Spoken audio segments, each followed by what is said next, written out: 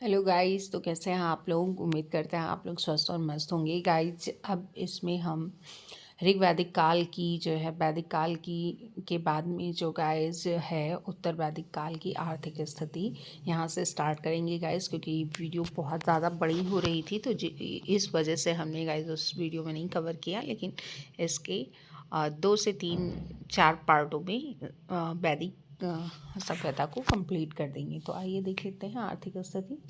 तो इस काल में पशुपालन की जगह कृषि प्रथम पेशा बन गया था। तो गाइज यहाँ पे ना पशुपालन की बजाय अब जो है कृषि पर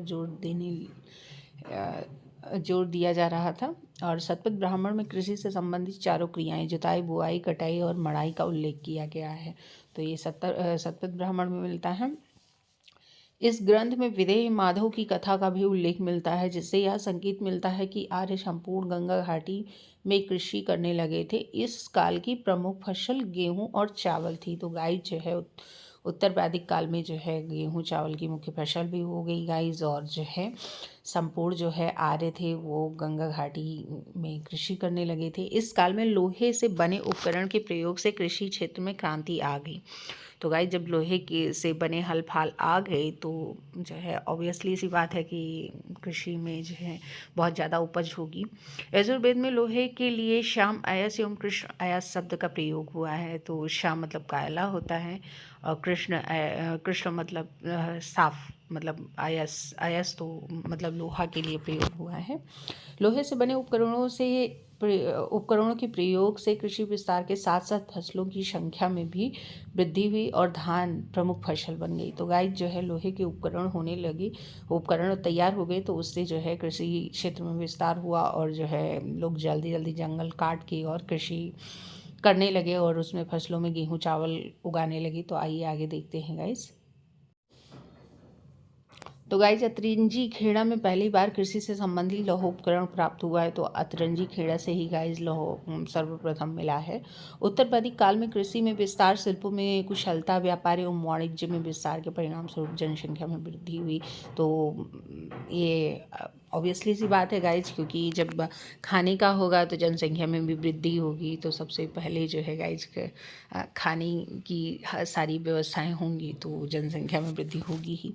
इस काल के लोग 4 प्रकार के बर्तनों मृद भांडों से परिचित थे। काले व लाल रंग मिश्रित मृद भांड, काले रंग के मृद भांड, चित्रित धूसर मृद भांड और लाल मृद भांड। तो यहाँ पे 4 प्रकार के मृद भांड थे।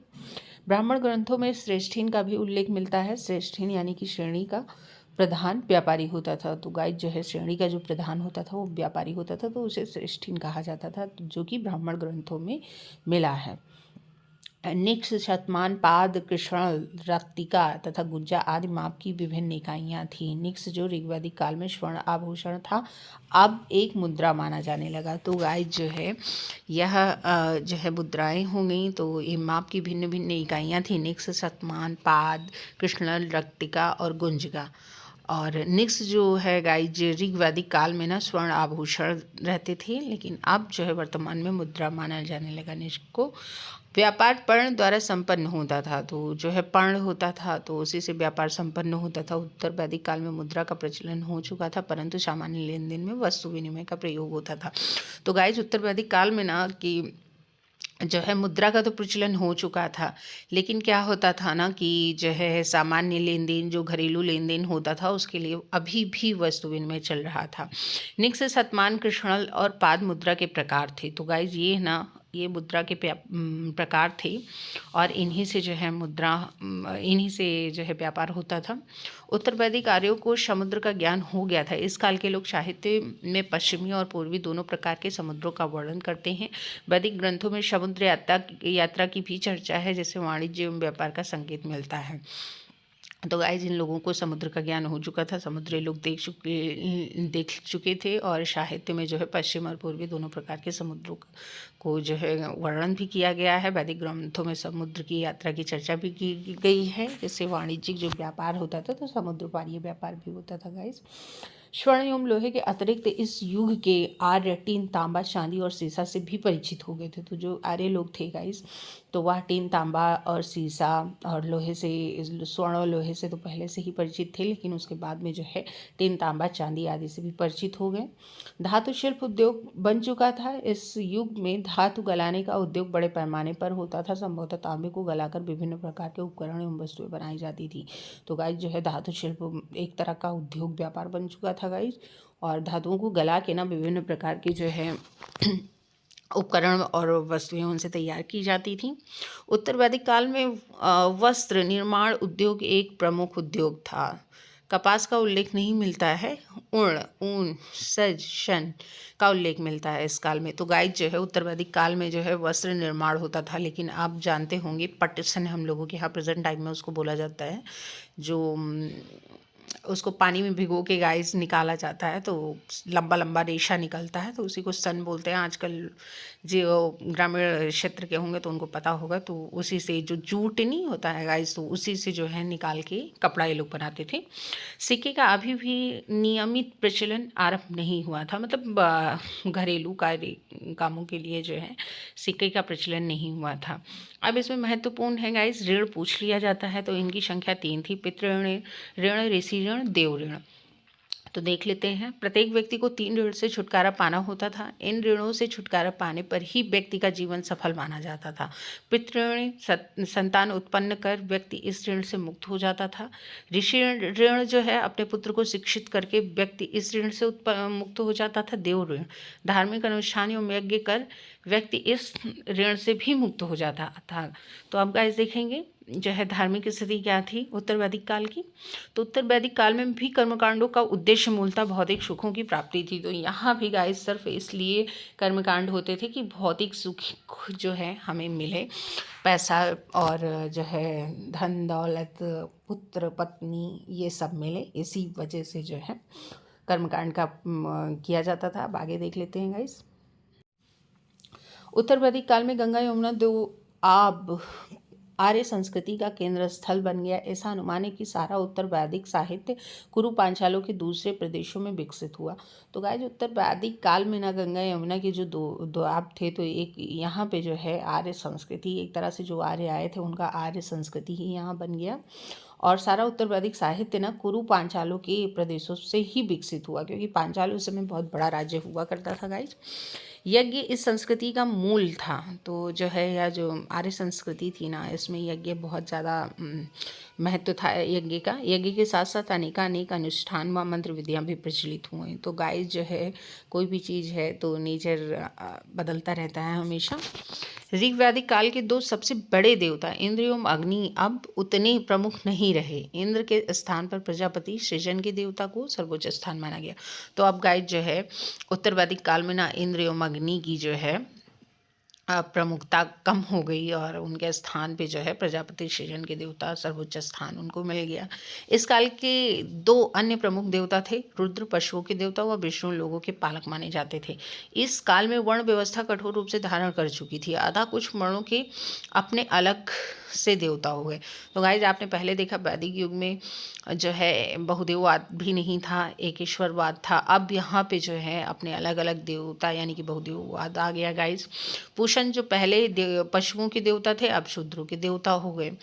और सर्वप्रथम शतपथ ब्राह्मण में पुनर्जन्म के सिद्धांत का उल्लेख है। अरण्यकों में वैदिक कर्मकांडों की निंदा की गई है। इसमें यज्ञ एवं बलि की अपेक्षा तप पर बल दिया गया। तो गाइस जो है शतपथ ब्राह्मण में जो है गाइज जो ग्रंथ है इसमें पुनर्जन्म के सिद्धांत का जो है उल्लेख किया गया है कि पुनर्जन्म क्या है, कैसे है, क्या क्यों होता है। और अरण्यकों में वैदिक जो है कर्मकांड की, जो वैदिक पहले कर्मकांड होते थे उनकी निंदा कर दी गई है अरण्यकों में। और इसमें यज्ञ एवं बलि की अपेक्षा तप पर बल दिया गया कि मतलब जितना आपको करना है, ईश्वर को अगर चढ़ावा देना है तो यज्ञ और बलि के बजाय ना खुद के शरीर को तपाओ, यानी कि बहुत बड़े बड़े जो है उपवास करो या फिर अपने आप को जो है जाके तप ध्यान करो। तो गाइस यहाँ पे इस पर विशेष बल दिया गया है। इस काल में 2 महाकाव्य थे, महाभारत जिसका पुराना नाम जय संहिता था, यह विश्व का सबसे बड़ा महाकाव्य है, तथा दूसरा महाकाव्य रामायण है।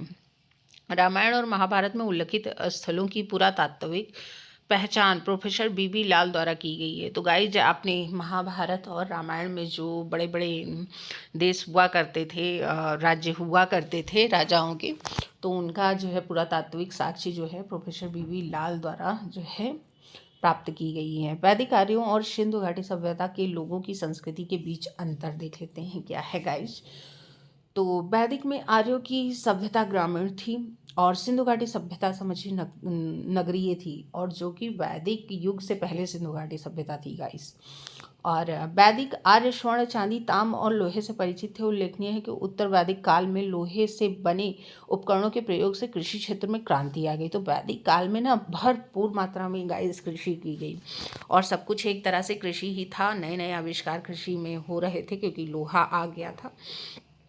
अब यहाँ देख लेते हैं, सिंधु सभ्यता के लोग पाषाण एवं कांसे से परिचित थे, लेकिन अभी भी लोहे से परिचित नहीं थे। तो गाइस जो सिंधु घाटी सभ्यता पहले की थी, लेकिन इनके पास लोहा की जानकारी एकदम नहीं थी। वैदिक आर्य बहुदेव के समर्थक थे। वैदिक आर्य यज्ञ करते थे, वे लिंग पूजा एवं मूर्ति पूजा के विरोधी थे। तो गाइस जो है आर्य जो थे, वैदिक आर्य थे, वो बहुदेव आदि के समर्थक तो थे, लेकिन वैदिक आर्य यज्ञ करते थे, वे लिंग पूजा एवं मूर्ति पूजा के विरोधी थे। वो जो है मूर्ति की पूजा नहीं करते थे। और सैंधव सभ्यता में धर्म का स्वरूप अलौकिक था। सैंधव सभ्यता के लोग लिंग पूजा एवं मूर्ति पूजा के समर्थक थे। तो गाइज आप सैंधव सभ्यता में हमने लिंग और मूर्ति पूजा भी उसमें बताई है, क्योंकि ये समर्थक थे, पूजा करते थे। ऋग्वैदिक आर्यों का पालतू पशु घोड़ा था।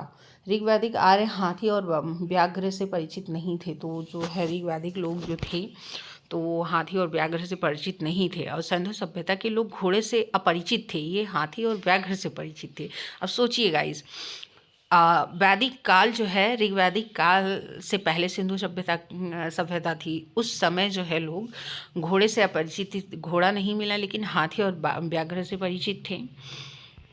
वैदिक आर्य युद्ध आदि में अपनी सुरक्षा हेतु कवच और सिर पर शीर्षस्त्राण हेलमेट का उपयोग करते थे। लेकिन अब यहाँ देख लेते हैं गाइस, सिंधु घाटी सभ्यता में इनके उपयोग का कोई भी साक्ष्य नहीं मिला है गाइस। और सिंधु सभ्यता के लोग अपनी एक चित्रात्मक लिपि थी। तो गाइस जो है सिंधु सभ्यता के लोग थे ना, इनकी चित्रात्मक शैली है जो कि अभी पूरी तरीके से पढ़ी जा नहीं पाई है, जिससे कि कुछ भी कह पाना उतना संभव नहीं है। आगे देख लेते हैं गाइस। तो गाइस वैदिक आर्यों की शिक्षा प्रणाली मौखिक थी। वैदिक लोग जो थे मौखिक रूप से पढ़ते थे, और सिंधु सभ्यता का समाज भी परिवार आधारित था। हालांकि यहाँ परिवार मात्र सत्तात्मक था। तो जो सिंधु सभ्यता थी गाइस, तो वहाँ मात्र सत्तात्मक परिवार था। और हमारे यहाँ जो वैदिक आर्यों का जो समाज परिवार था ना, वो पितृसत्तात्मक परिवार था, जो कि हमारे यहाँ भी आज भी पितृसत्तात्मक परिवार है। इस काल में मूर्ति पूजा के आरंभ होने का आभास मिलता है। इस काल में प्रत्येक वेद अपने पुरोहित हो गए। तो गाइस जो है वेद, ऋग्वेद के पुरोहित हो गए, सामवेद के पुरोहित उद्गाता हो गए, यजुर्वेद के पुरोहित जो है अधर्वयु हो गए, अर्थवेद के पुरोहित ब्राह्मण हो गए। तो गाइस जो है ऋग्वेद को गाने वाला ऋग्वेद को गाने वाला पढ़ने वाला जो होता था ह्रोत होता था, सामवेद को पढ़ने वाला उद्गाता होता था, यजुर्वेद को जो पढ़ने वाला अधर्वायु होता था, और अथर्ववेद को पढ़ने वाला ब्रह्म होता था। उत्तर वैदिक काल में ही बहुदेववाद, वासुदेव संप्रदायों, षड्य दर्शनों, सांख्य, योग, न्याय, वैशेषिक मीमांसा, वेदांत का बीजारोपण हुआ। मीमांसा को पूर्व मीमांसा और वेदांत को उत्तर मीमांसा के नाम से भी जाना जाता है। तो गाइस जो है उत्तर वैदिक काल से ही बहुदेववाद आ गया था।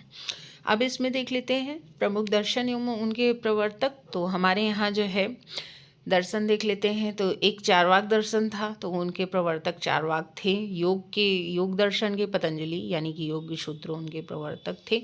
सांख्य के प्रवर्तक कपिल थे, और न्याय के गौतम थे। और इधर देख लेते हैं गाइस, तो पहला जो था पूर्व मीमांसा, चारवाक दर्शन का जो है दर्शन जो है पूर्व मीमांसा, और प्रवर्तक उनके जामिनी थे। और दर्शन जो है उत्तर मीमांसा उनके बदारायण थे। और दर्शन वैशेषिक, तो इसके प्रवर्तक जो है कर्णाद या उलूक थे। गाइज आगे देख लेते हैं। मृत्यु की चर्चा सर्वप्रथम शतपथ ब्राह्मण तथा मोक्ष की चर्चा सर्वप्रथम उपनिषद में मिलती है। परीक्षित को मृत्यु लोक का देवता कहा गया। पुनर्जन्म की अवधारणा बृहदारण्यक उपनिषद में मिलती है। तो गाइज जो है मृत्यु की चर्चा सर्वप्रथम शतपथ ब्राह्मण तथा मोक्ष की चर्चा उपनिषदों में मिलती है। और परीक्षित को मृत्यु लोक का देवता कहा जाने लगा। पुनर्जन्म की अवधारणा जो है बृहदारण्यक उपनिषद में मिलती है। शतपथ ब्राह्मण में ही सर्वप्रथम स्त्रियों को अर्धांगिनी कहा गया। तो गाइज आजकल जो आप सुनते हैं ना, ये मेरी अर्धांगिनी है या मैं इनकी अर्धांगिनी हूँ, तो इस तरह से जो कहा जाता है वो शतपथ ब्राह्मण से लिया गया है। उपनिषदों में अस्पष्टता यज्ञों तथा कर्मकांडों की निंदा की गई है तथा ब्रह्म की एकमात्र सत्ता स्वीकार की गई है। तो गाइस जो उपनिषद हमारे हैं उसमें जो है कर्मकांड और यज्ञ जो होते थे उनकी निंदा की गई है और ये कहा गया है कि ना एकमात्र सत्ता है वह ब्रह्म है। छंदोग्य उपनिषद में केवल 3 आश्रमों का उल्लेख मिलता है, ब्रह्मचर्य, गृहस्थ एवं वानप्रस्थ। परंतु बाद में जाबालो इस उपनिषद में सर्वप्रथम 4 आश्रमों का ब्रह्मचर्य, गृहस्थ, वानप्रस्थ और संन्यास का उल्लेख मिलता है गाइस। तो सबसे पहले जो था गाइस, तो जाबालो उपनिषद में जो है 4 आश्रम थे, लेकिन छंदोग्य उपनिषद में केवल 3 ही आश्रम थे। इसमें चौथा जो है गाइस संन्यास आश्रम को छोड़ दिया गया था। प्रमुख यज्ञ देख लेते हैं। यहाँ जो है कुछ ना कुछ क्वेश्चन, तो वैसे तो जितनी मैंने हिस्ट्री पढ़ाई है गाइज, इन सारे हिस्ट्री से क्वेश्चन आपको मिलेंगे ज़रूर अगर आप यूजीसी नेट देते हैं और जो है पीजीटी टीजीटी देते हैं। तो आपका सब्जेक्ट अगर हिस्ट्री है तो आपका यहाँ से क्वेश्चन नहीं छूटने वाला है। आप ध्यान से देखिएगा, क्योंकि कोई भी देखिएगा इस पढ़ाता है ना, तो वो कहीं ना कहीं से उठा के पढ़ाता है ना। हम भी पढ़ा रहे हैं तो बुक से पढ़ा रहे हैं। अगर आप ये सोचें कि कोई जो है पता नहीं कहाँ से इतना ज्ञान लाता है और पढ़ाते, तो ऐसा नहीं है। हाँ, कोई डायरेक्टली आपको नहीं बता के पढ़ाता है कि देखिए मैं यहाँ से लिया हूँ कंटेंट और आपको पढ़ा रहा हूँ, लेकिन पढ़ाता ऐसे ही है गाइस। और कोई भी अगर ये दावा करे कि मैं किसी कंटेंट से नहीं पढ़ाता हूँ, तो आप कहीं भी बड़ी बड़ी कोचिंग्स पे चले जाइए, कहीं भी बड़े बड़े प्रोफेसर्स के पास भी चले जाइए ना, तो वो कंटेंट जो है गाइस रिसर्च बेस्ड तो उनका खुद का होता है, लेकिन वो भी प्राचीन से लेके आज तक का पुस्तकों पर ही निर्भर हैं गाइस। तो अब आगे देख लेते हैं। आइए प्रमुख यज्ञ देख लेते हैं। अश्वमेध यज्ञ सर्वाधिक महत्वपूर्ण यज्ञ है। राजा द्वारा साम्राज्य की सीमा में वृद्धि के लिए घोड़े को स्वतंत्र छोड़ दिया जाता था। ये चीज़ गाइस आपने देखा होगा कि जो है रामायण में इसका जो है उल्लेख है कि अश्वमेध यज्ञ क्या होता था कि राजा साम्राज्य में सीमा की वृद्धि करने के लिए घोड़े को स्वतंत्र रूप से छोड़ देते थे और जहाँ तक वो घोड़ा जाता था वहाँ तक उस राजा का राज्य क्षेत्र हो जाता था। राजसूय यज्ञ राजा के राज्याभिषेक से संबंधित था। वाजपेयी यज्ञ राजा द्वारा अपनी शक्ति के प्रदर्शन के लिए रथ दौड़ का आयोजन किया जाता था। अग्निष्टोम यज्ञ पापों के क्षय और स्वर्ग की ओर ले जाने वाली नाव के रूप में वर्णित है। सौत्रामणि यज्ञ में पशु एवं सुरा की आहुति दी जाती थी गाइज। पुरुष मेध यज्ञ राजनीतिक वर्चस्व के लिए स्वस्थ तथा विद्वान पुरुष की बलि दी जाती थी गाइज। ये दो जो है सौत्रामणि यज्ञ और पुरुष मेध यज्ञ, कितना भयानक यज्ञ है। और आजकल आज के समय में ना इतना भयानक यज्ञ होना, सोचिएगा इस कौन लोग ऐसे तैयार हो जाते थे। चलिए आगे देख लेते हैं। तो गाइस वैदिक काल से लेकर उत्तर वैदिक काल जो है हमने इस वीडियो में पूरा 3 पार्ट में गाइस हमने वीडियो बना दी हैं और तीनों वीडियो आप देखिएगा ज़रूर। और जो भी गाइस इसमें है आपको पूरी जानकारी मिलेगी। वैदिक युग की मैंने इसमें समाप्ति कर दिया है। अब नेक्स्ट लेसन लेके चलेंगे गाइस। तो आई होप आपको हमारी वीडियो पसंद आए, अच्छी लगे, और अच्छी लगे तो मेरे चैनल को सब्सक्राइब ज़रूर करें। और अगर आप गुड स्टूडेंट हैं तो आप खुद समझ पाएंगे कि जो है क्या है अच्छी जानकारी है गलत है। तो मिलते हैं नेक्स्ट वीडियो में, तब तक के लिए बाय बाय।